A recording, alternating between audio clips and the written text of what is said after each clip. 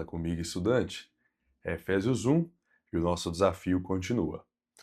Somada com a carta de Colossenses, aos Colossenses, nós temos a carta aos Efésios, que são nomeadas pelos estudiosos como as cartas gêmeas, porque, como vocês vão reparar, em muitos momentos elas tocam nos mesmos assuntos, falando sobre principalmente a questão dos relacionamentos entre pai e filho, marido e mulher, patrão e empregado. Isso é uma das coincidências ou repetições, mas nós precisamos ter em mente que nem sempre ia acontecer aquele processo de uma passar para outra, como aconteceu com a carta dos Colossenses e a dos Laodicenses.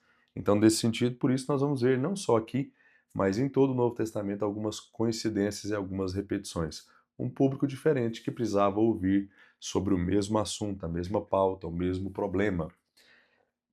Efésios tem uma certa posição, que nós podemos chamar de mais elevada, principalmente quando nós consideramos o primeiro capítulo.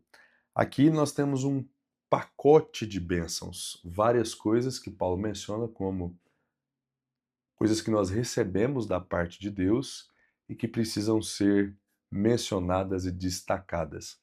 Primeiramente, observe a qualificação desse pacote de bênçãos. Não são coisas palpáveis, não são coisas materiais, não são coisas aqui desse mundo, casas, carros, um bom relacionamento, uma família bonita. Não. Pelo contrário, estamos falando de bênçãos espirituais, coisas invisíveis, mas que possuem um efeito transformador e eterno. Observe que nesse pacote ele fala sobre a eleição, predestinação, redenção e também sobre a habitação do Espírito na vida do verdadeiro cristão.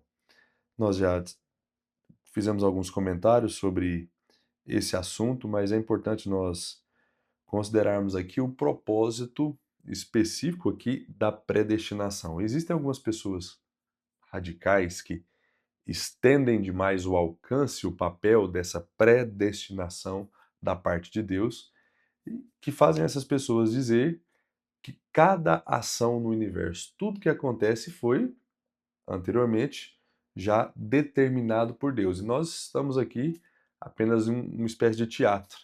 E eles, com muita ousadia, chegam ao ponto de dizer que até mesmo os nossos pecados foram predestinados por Deus. E observe que isso é uma grande incoerência, porque aqui nós vemos o propósito da predestinação. Nos predestinou para sermos santos e irrepreensíveis. Então não tem o menor sentido nós atribuirmos as nossas faltas a Deus para poder defendermos a ideia de que Ele é soberano e faz o que quiser. Ele não precisa ter dado comandos para que nós cometêssemos pecados. Nós fazemos isso naturalmente, isso faz parte do nosso DNA e da nossa essência. Então é importante nós considerarmos aqui o objeto, o propósito dessa predestinação para sermos santos, separados completamente do pecado e dos seus efeitos.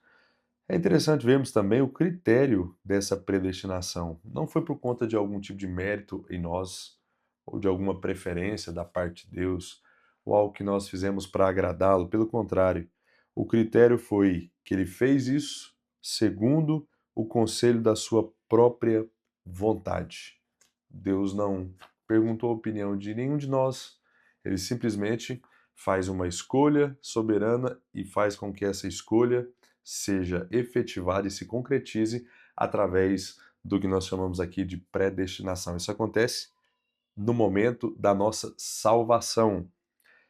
A garantia de que nós somos verdadeiramente salvos está também no capítulo 1, quando ele menciona um penhor, algo que, quando nós pensamos em instituições financeiras, é oferecido em troca do não pagamento do empréstimo. Imagine dessa forma: alguém vai pegar um dinheiro no banco e ele deixa a máquina, um trator, por exemplo, penhorada como garantia.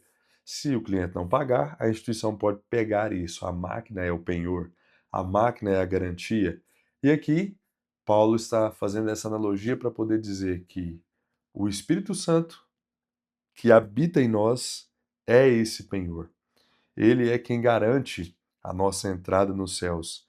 E isso faz com que todo cristão genuíno, obrigatoriamente, necessite possuir o Espírito Santo. E é um engano pensar, como alguns estudiosos pensam, que só alguns cristãos, talvez os mais espirituais, mais maduros, que têm mais tempo, que são habitados pelo Espírito Santo. Eles separam essa ideia dizendo que existe um batismo especial com o Espírito Santo para um determinado grupo. Não existe cristão genuíno que será salvo sem o Espírito Santo, porque ele é quem garante, ele é quem certifica que de fato nós seremos salvos.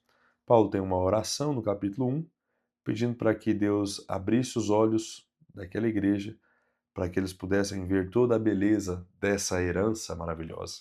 Esse pacote de bênçãos que Paulo menciona, que estava já no nome dos Efésios, no meu nome e no seu nome, se você realmente é um cristão genuíno. Que Deus nos ajude a ver tudo isso também com os nossos olhos, a valorizarmos tudo isso e nos ajude na continuidade do nosso desafio.